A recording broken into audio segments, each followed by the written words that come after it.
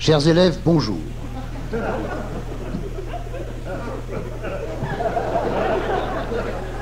Voilà, je me présente, je suis votre nouveau professeur de français. Est-ce que je peux baisser les mains? Merci. Bon, dites-moi, vous là, le grand costaud avec une casquette, vous voulez mes doigts? Oui. Un connaisseur. Bon. Rangez vos crans d'arrêt, sortez vos stylos. Nous allons étudier aujourd'hui. Vous tenez à garder vos crans d'arrêt pour tailler vos stylos à billes. Bien. S'il vous plaît, un peu de silence. L'un d'entre vous désire parler. Oui? Vous voulez savoir mon nom? Ah, bien. Alors, allons droit au but. Je m'appelle Trou du cul à lunettes. Comme ça, on gagne du temps. Ça te fait rire, mon biquet? Oui, toi là-bas, le grand costaud avec le crâne rasé et les boucles d'oreilles. Hein? Tu ne t'appelles pas Biquet? Non? Bicouillet? Oh, il est furieux, le Bicouillou.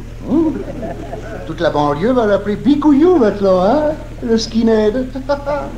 Très joli, ce crâne rasé. Tu couches avec les Allemands? Je ne sais pas pourquoi, mais j'ai l'impression qu'il va y avoir du monde pour m'attendre à la sortie. Parfait.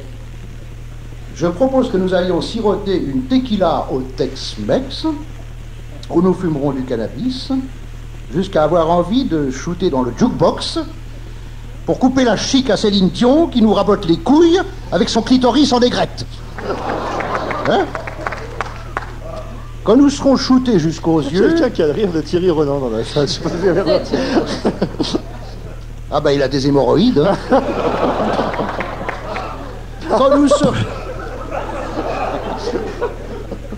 Quand nous serons shootés jusqu'aux yeux, nous irons en rang par deux jusqu'au ministère des Finances à Bercy. Et nous y pénétrerons en chantant « Maréchal, nous voilà » pour que les flics se mettent au garde à vous en nous faisant escorte. Puis nous monterons à l'étage du bureau du ministre et c'est Bicouillou qui enfoncera la porte. N'est-ce pas, mon chéri? Ok. Nous entrerons dans le bureau du ministre, dont la surface est le double de cette classe, qui contient 26 élèves, alors que lui est seul. Ça ne vous les gonfle pas, un brin? Non, Karim, non, Karim. On ne lui coupe pas les roubignoles pour les lui enfoncer dans la bouche. D'abord parce qu'on aurait du mal à les trouver. Et ensuite parce qu'on peut difficilement dialoguer avec un interlocuteur qui a du poil entre les dents, ça le fait zozoter. Nous expliquerons au ministre. Au fait, comment s'appelle le ministre des Finances? Oui, vous en tapez le coquillard comme de votre premier vol de mobilette. Eh bien, appelons-le, si vous le voulez bien, Haboul Takes, pour gagner du temps. Nous lui expliquerons que la violence dans les écoles tient au fait que, face à un lycée provisoire, édifié en 1952, dont les radiateurs sont branchés sur le frigidaire de la cantine, face à la neige en plâtre, qui tombe des plafonds, au point qu'on a envie d'entrer en classe avec des raquettes, on se sent une âme de pyromane, comme celui qui a provoqué 6 incendies à Mururoa, qui vient d'être appréhendé ce matin sur les Champs-Élysées.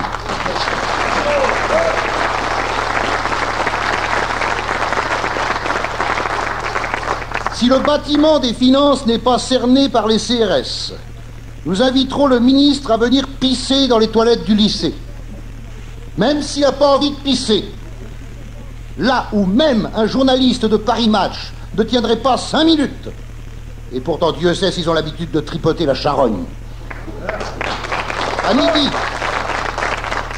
À midi, nous retiendrons le ministre à la cantine scolaire, par la force s'il le faut. Forcément par la force, parce que vu l'odeur, il a envie de se barrer. À la cantine scolaire, dont il paraît que 57% des parents d'élèves sont satisfaits, si j'en crois le pléonasme. Pardon, la presse de merde. 57% des parents satisfaits de la cuisine scolaire. Parce que c'est les parents qui bouffent à la cantine. Et oui, et c'est les enfants qui mangent au restaurant. Les parents Les parents qui se mettent à la place des élèves sont des cons. Et les journalistes qui reproduisent les opinions de ces cons sont des cons qui sont lus par des cons. Est-ce que je me suis bien fait comprendre? Mes amis, oh, mes enfants, hein? Et c'est bizarre, personne ne chahute là, hein? Mes enfants, demain nous aurons peut-être notre photo dans les journaux. En tout cas, cette petite manifestation va faire du bruit. Laissez vos crans d'arrêt sur mon bureau. Pas de violence. Laissons la violence à ceux dont c'est le métier. Partons en chantant la chanson de Renaud. C'est quand qu'on va où? Et puisque nous passerons par la rue du Temple, nous aurons peut-être la chance d'être engagés au Café de la Gare tous les dimanches à 17h.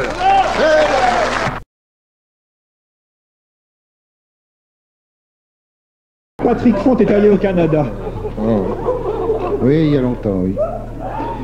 J'avais 8 ans. J'avais 8 ans et un jour j'entendis dans le poste « Ma cabane au Canada ». Oui, ma cabane au Canada est blottie au fond des bois. Ce fut un choc.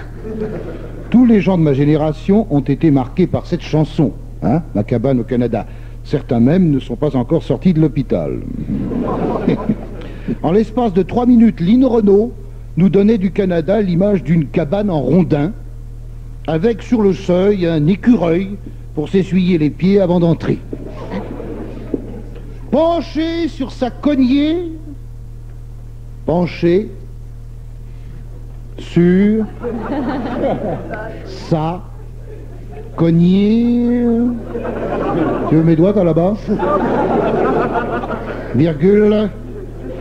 Le bûcheron valétudinaire. Valétudinaire. Brunner, les mains sur la table, laissez Romanov tranquille. Fend la bûche de être. Alors attention les enfants, être, ça ne s'écrit pas comme le verbe avoir. Maria prépare la soupe de gland. Gland au pluriel, Ramad. Sinon ils vont crever de faim. La scène se déroule bien avant que le trappeur découvre le hamburger au ketchup. Hamburger ketchup. Ça se mange comme ça se prononce, c'est-à-dire en dégueulant.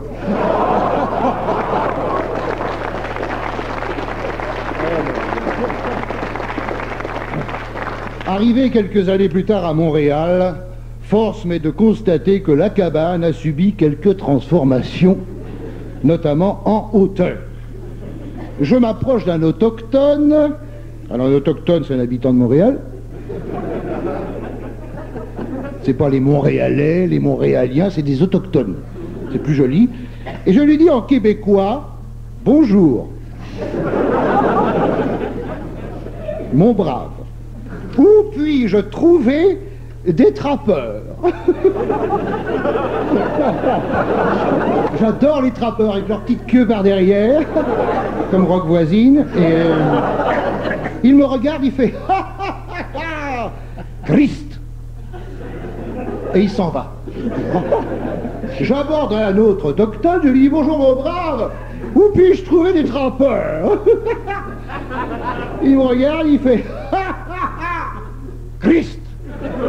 Et il s'en va. Je me dis tiens, je suis tombé sur une secte.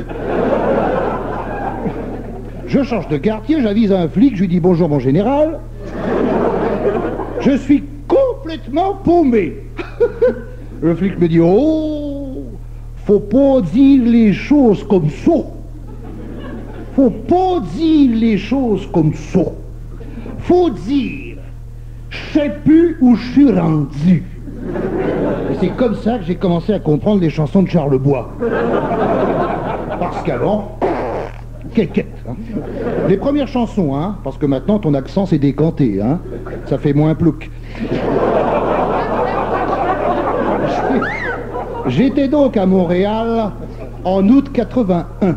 Une chaleur, je suppose que c'est Louison pareil, une chaleur. Je passais le clair de mon temps au supermarché au rayon des légumes.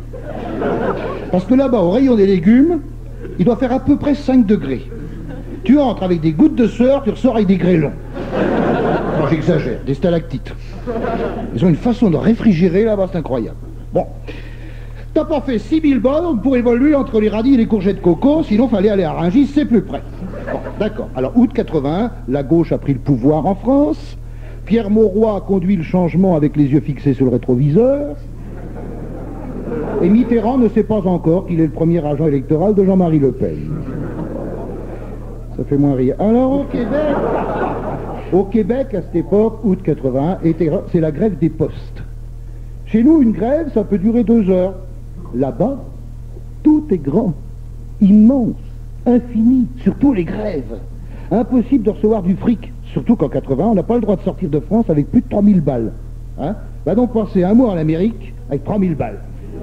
Je rationne ma nourriture et je découvre, alors là j'invente rien, d'ailleurs j'ai rien inventé jusqu'à maintenant, le chicken Kentucky. C'est ce que j'invente. Le poulet du Kentucky, dans les fast-foods. Le poulet du Kentucky. Visiblement, il est venu à pied jusqu'au fast-food canadien. Pour cacher ses maladies de peau, on l'a pané. Ça fait encore plus dégueulasse, on dirait qu'il a des croûtes. Comme il a été élevé en batterie, il a plus d'os mais des arêtes. Si on ajoute 1 litre de ketchup et 2 litres de coca, on finit par avoir l'ésophage qui arrive directement au sphincter pour éviter l'appareil digestif. Il y a une déviation, tu sais. Mais comment se fait-il que vous n'ayez pas encore déclaré la guerre aux États-Unis pour empoisonnement manifeste à l'égard d'une nation frontalière? Non, car vous êtes pacifiste et vous l'avez si bien chanté. Vous l'avez, on tend un papier à Robert Charles, il l'a. Vous l'avez si bien chanté avec Gilles Vigneault et Félix Leclerc il y a quelques années dans les plaines d'Abraham. On va chanter tous les trois.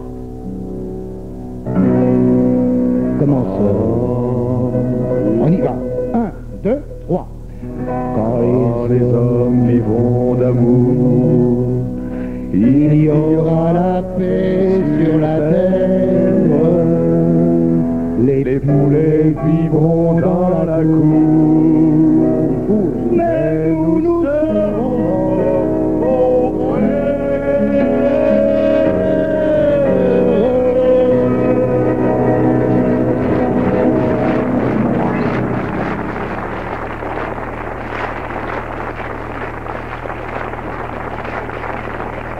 On n'a pas répété. J'avais jamais Il remarqué. fallait pas manger du poulet Kentucky. J'en ai mangé une fois, moi, la même fois que j'ai bu de l'eau. J'ai pas aimé ça non plus. Moi, j'en ai mangé qu'une fois, après je suis allé dans un restaurant français. Il fallait essayer le Saint-Hubert barbecue. Le quoi? Beaucoup. Saint-Hubert barbecue, C'est il est quoi? pas pané celui-là. C'est du poulet de l'Est qui est venu en volant.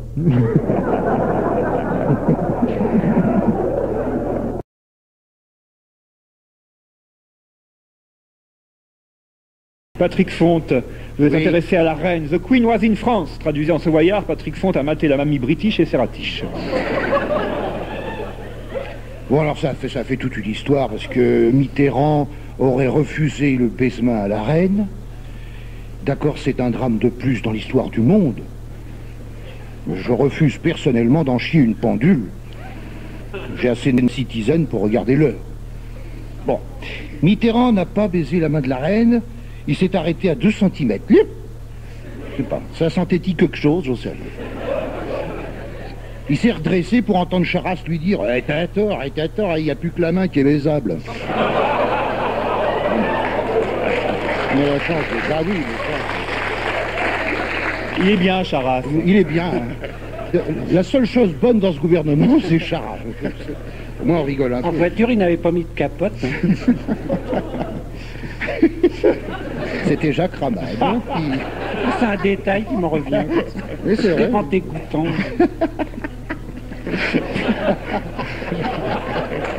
Oui, mais même si c'est vrai, c'est pas des choses à dire. C'est pas des choses à dire.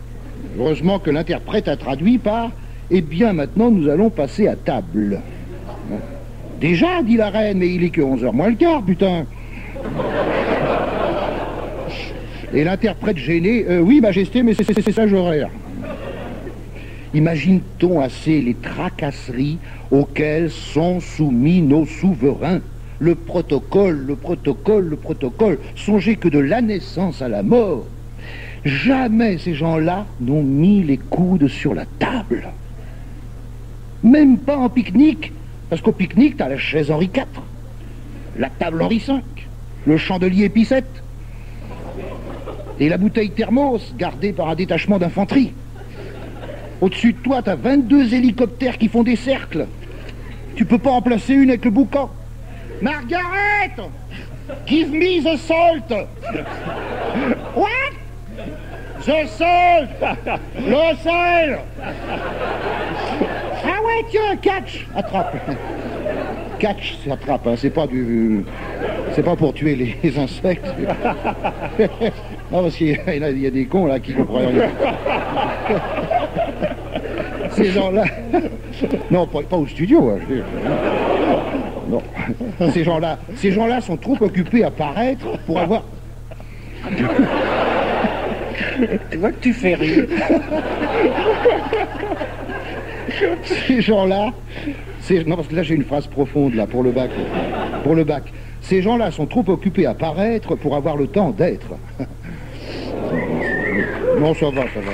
Non, mais c'est vrai, c'est vrai. Le protocole les bouffe. Et qu'en est-il au plumard? Ah bah fallait bien y arriver. Doivent-ils pénétrer dans le pajot royal avec elle, sa couronne sur les bigoudis et lui son sceptre à la main?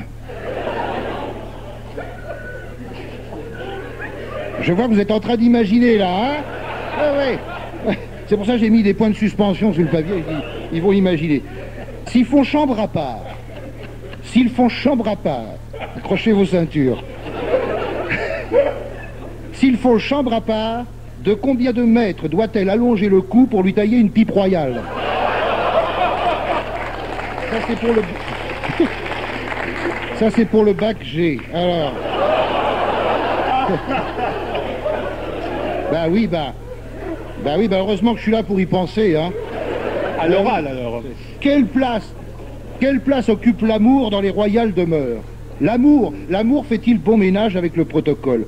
Quand on est plus ou moins marié dès la naissance, on drague à quelle heure? Vous vous en foutez, bande de républicains? Moi aussi, mais bon.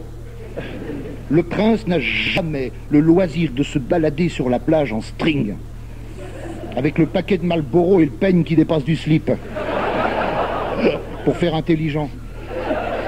Le prince ne peut pas aborder une belle nana sur la plage pour lui dire « Alors toute seule pour faire intelligent. À 3 mois, il est déjà marié, le prince. À 3 mois, et même avant. Alors, 25 ans plus tard, le soir de la nuit de noces, ça me ferait bien mal au sein si le prince se jetait sur la viande. Ils doivent jouer au Scrabble et mettre Canal+ pour faire croire qu'ils prennent leurs pieds. Dans l'histoire des rois de France, on apprend que les nuits de noces, c'était pas du gâteau, les nuits de noces, hein. Souvent, la reine confiait à sa gouvernante « Madeleine, le roi est noué de l'aiguillette. » C'est joli, hein? J'invente pas. Non, c'est une expression médiévale. Le roi est noué de l'aiguillette. Ça veut dire qu'il a le bigorneau dans la coquille, pour adapter un peu... hein? Non, mais c'est noué de l'aiguillette, c'est joli. Alain Decaux le dirait mieux que moi, quand même. Hein? Parfois, au contraire, il arrivait que le roi satisfasse la reine plusieurs fois de suite. Alors la reine, émerveillée, appelait sa gouvernante. Elle lui disait « Madeleine, Madeleine, alléluia, Sa Majesté a la taupe qui feuge. »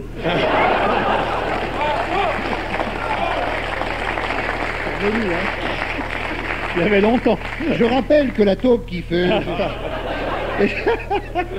est une expression bretonne qui décrit la turgescence du membre viril.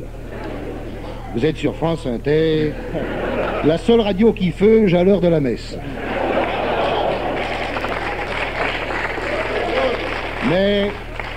Mais, en anglais, but. Je ne voudrais pas me fâcher avec les royalistes, car il faut protéger les espèces en voie de disparition.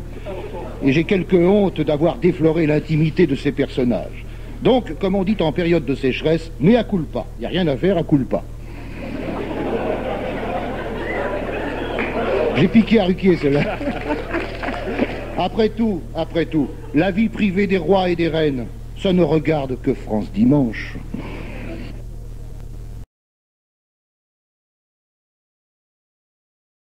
Il n'a pas l'air fatigué, Patrick Fonte, mais en tout cas, les problèmes de renommée, de notoriété, il connaît. Oui, ça tombe bien. J'étais hier, Michel, sur l'autoroute du Sud dans une station Total. Ça y est, j'ai le service AT complet. Hein. Je suis fin prêt pour la fête des mères. Ça, En fête des bières. J'ai toujours su que tu étais plus pour le service athée que le service religieux, toi. c'était toujours Laurent Ruquier. Festival aujourd'hui. Il est pétulant. Vous êtes pétulant. Merci, Patrick. Il est pétulant. Il pétule. Alors comment veux-tu? Oh. Ça va faire Non, du bruit. Ça faisait longtemps. Quelle Hein. pétulance en 3 mots. Allez, vas-y. Bien. Alors donc... Oh. Alors le mec, il arrive. Ah non. Dis Montagnier, je vous en prie. Ça va faire du bruit. Alors j'aperçois un couple avec un enfant dans la station-service. Ah oui, c'est vrai. Un couple avec un enfant. Le père me regarde avec insistance et dit à son gosse, regarde, hé, c'est rien à cirer. Non mais, et en plus j'invente rien. Je suis sûr que ça vous est arrivé à vous. Là j'ai compris que je commençais à partager le sort des gens que l'on reconnaît dans la rue. J'ai fait seulement 3 apparitions à la télé, dont 2 qui n'étaient pas bonnes et l'autre qui était mauvaise. Je parle pour moi, hein. Je parle pour moi. Le reste de l'équipe était excellent, surtout Marie Laforêt. Donc, j'ai fait 3 apparitions et cela a suffi pour que partout les commerçants soient aimables. Il n'y en a plus un seul qui me dit, quand j'ai fini de commander ce que je voulais, et avec ça, fini. Le boucher emballe ma viande, il la pèse, il me dit, ah ah, elle a ciré.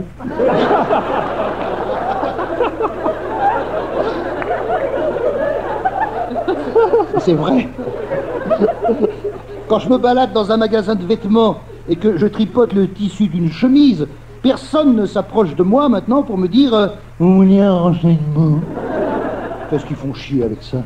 T'es tranquillement en train de tripoter ta chemise, il n'y a que des chemises, c'est des chemises. Ça serait des girafes, mais c'est des chemises. Vous voulez un renseignement? Là, il suffit de ça pour que je me barre, moi, ça je me... Faut pas faire ça, les commerçants. Laissez les clients tripoter les chemises tranquillement. Merde, un renseignement. Vois bien que c'est une chemise. Maintenant, quand je vais aux Galeries Lafayette, le vendeur s'approche gentiment, avec un grand sourire, et il me dit, alors, vraiment, là, il me fait, ha ha, bite-toi le trou. Ah, il t'a vraiment connu celui-là alors. Ça arrive souvent, Galerie Lafayette. Ils sont renommés pour ça. Au rayon chemise surtout. Il a noté ton Allez-y. texte. T'as le nom du vendeur? Non, c'est une vendeuse, en fait. C'est-à-dire que Et le les vendeur- chaussures. Autrefois, c'était l'enfer. Je vous mets un tube de cirage. Je vous mets un tube de cirage. Déjà, c'est élégant. Alors que je le prends toujours en bocal. Ça passe mieux. Alors moi, je dis oui, parce que je ne sais pas dire non. Je sais pas dire. Et puis, des semelles contre l'humidité. 2 pour le prix d'une paire. Pas un temps là. Vous y gagnez. Ah bah oui. Et nous avons aussi les sockets, profitez-en, on en a toute l'année. Bah oui. Jamais je n'ai eu le courage de dire, vous pourriez mettre aussi 2 pieds, je suis cul-de-zac. Alors maintenant c'est fini. On me dit, alors on me dit avec un grand sourire, c'est chouette d'être connu quand même, c'est vrai, je ne vous propose pas de cirage, puisque vous en avez rien à cirer.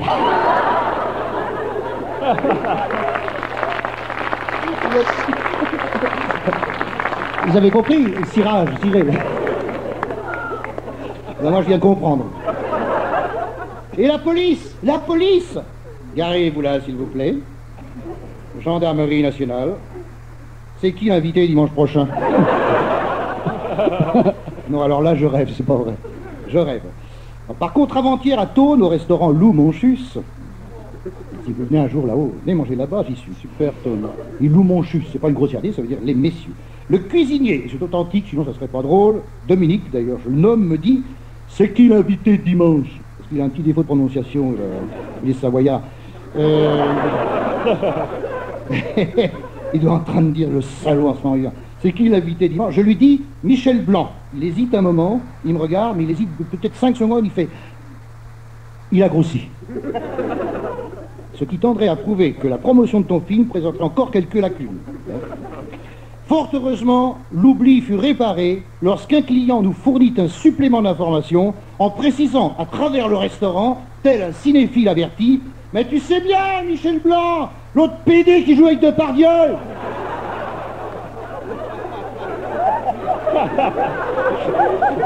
Voilà comment l'information arrive à la campagne.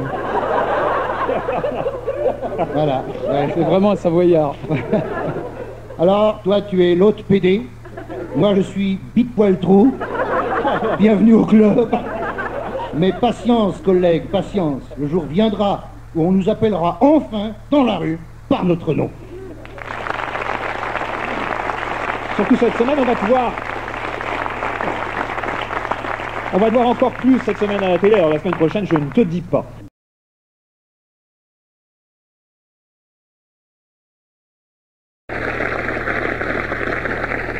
L'été arrivant, chacun s'inquiète de sa ligne, Anne nous en a parlé, et tout le monde, sauf Patrick Font, grâce à un article du Nouvel Observateur, je crois. Oui, alors là, Anne, je vais te soulager un petit peu pour ces problèmes-là que tu viens d'évoquer, et d'une façon sérieuse, en effet, puisque je m'appuie sur un journal sérieux, qui n'est pas tellement rigolo, c'est le Nouvel Observateur. Enfin, je veux dire, il y a plus drôle que le Nouvel... Hein? Depuis quelques semaines, le Nouvel Observateur semble sortir d'une longue hibernation. Je ne sais pas si le printemps en est la cause, toujours est-il que, ces derniers temps, le Nouvel Obs a dépassé en énergie les frétillements prime sautier de Pif le chien. C'est pas mal, Pif. Pif. Non, sans déconner, Pif géant, c'est bien. Pif, je sais, il y a des histoires complètes, très bien dessinées, mais il y a un truc que j'aime pas, c'est les pages pleines consacrées aux, vous savez, aux onomatopées. Il y a une grande image comme ça, puis il y a Zurb, Var, Fump, Zerbi, tout le vocabulaire de Schwarzenegger. Ça fait un peu crétacé inférieur, mais bon, c'est dû à mon âge. Je suis resté nostalgique de Fripounet et Marisette. Ah, Marisette, ce cul. Alors... Ah, mais Fripounet aussi, hein. Ah oui, non, pas de sexisme. Pas de sexisme ici. Fripounet et Marisette, souvenez-vous, les gens de mon âge, il doit y en avoir 2 ou 3 rescapés dans la salle, qui, dans les années 50, faisaient la joie des amateurs d'illustrer. Car à l'époque, on disait illustrer. Aujourd'hui, on dit BD. C'est le festival de la BD. Quand l'instituteur trouverait un illustré dans notre pupitre, il nous traitait d'idiots. Maintenant, si t'as pas une BD dans ton cartable, t'es un con. Vous voyez comme ça change, hein. Mais revenons au Nouvel Observateur d'il y a 2 semaines, qui titre en couverture, là je montre, je n'invente rien, la libération diététique. Ah, je cite page 88. C'est le Waterloo des idées reçues, la déroute des prohibitionnistes. La diététique moderne brûle ce qu'elle a adoré. Réhabiliter le vin, la graisse d'oie, le sel, la charcuterie. Oui, nous avons fait souffrir des millions de gens pour rien, confesse un médecin. Eh ben voilà, une sacrée claque dans l'échafaudage des régimes, ma sœur. Désormais, tu n'es plus une vraie grosse, mais une fausse maigre, Anne. Ah je suis pas grosse, je suis rondelette. Non, je plaisante, je parlais de ma sœur. Non, parce que ma sœur, Anne, c'était un jeu de mots. Ouf, il y en avait marre des cochonneries allégées. Allégées. Au supermarché, je dis, ouais, j'ai allégé. Du beurre allégé. Tu l'étales, il s'évapore. Il te reste plus que ta biscotte allégée. Tellement allégée qu'elle te pète dans les doigts pour ramasser la sueur avec une brosse et une pelle. C'est plus de la biscotte, c'est du talc. Il y en avait marre du fromage à 0% de matière grasse. Non, quand t'as retiré la croûte, il reste plus que l'assiette à bouffer. Pourquoi pas une hostie allégée pour monter plus vite au ciel pendant qu'on y est?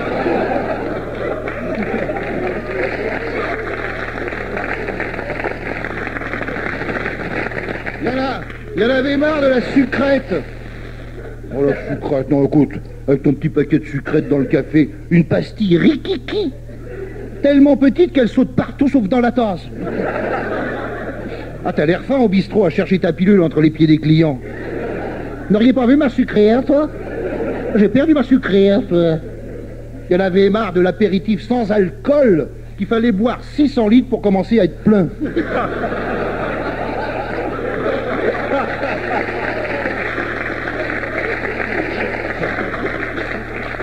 Que dit le docteur Thierry Gibault? Endocrino... peut pas être quincaillé comme tout le monde, celui-là, non? Non, mais là, c'est sérieux. Le docteur Thierry Gibault, endocrinologue et nutritionniste.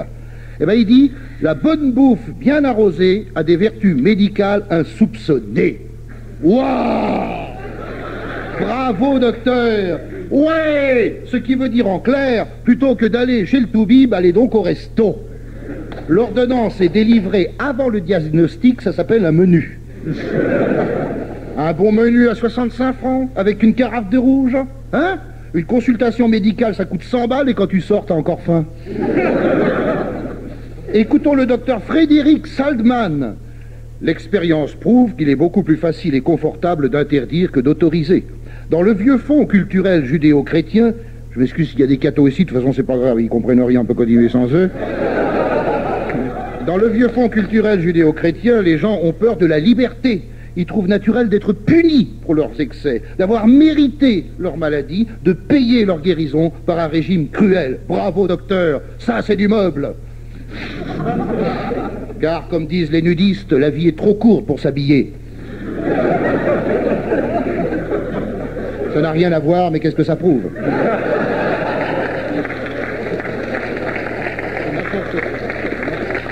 J'ai dû me gourer de page, c'est bon aussi.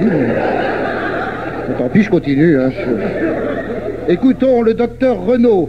Le docteur Renaud qui dit « La principale protection des Français contre les maladies coronariennes est due à la consommation de vin. » Putain de moine. Ouah. Moi, si j'étais pharmacien, je commencerais à faire des stages chez Nicolas. Parce que le temps n'est pas loin, mes frères, où l'Académie de médecine nous dira « Buvez, bouffez, fumez !» Et pour peu que le Vatican ajoute « baiser », on aura enfin le paradis sur terre.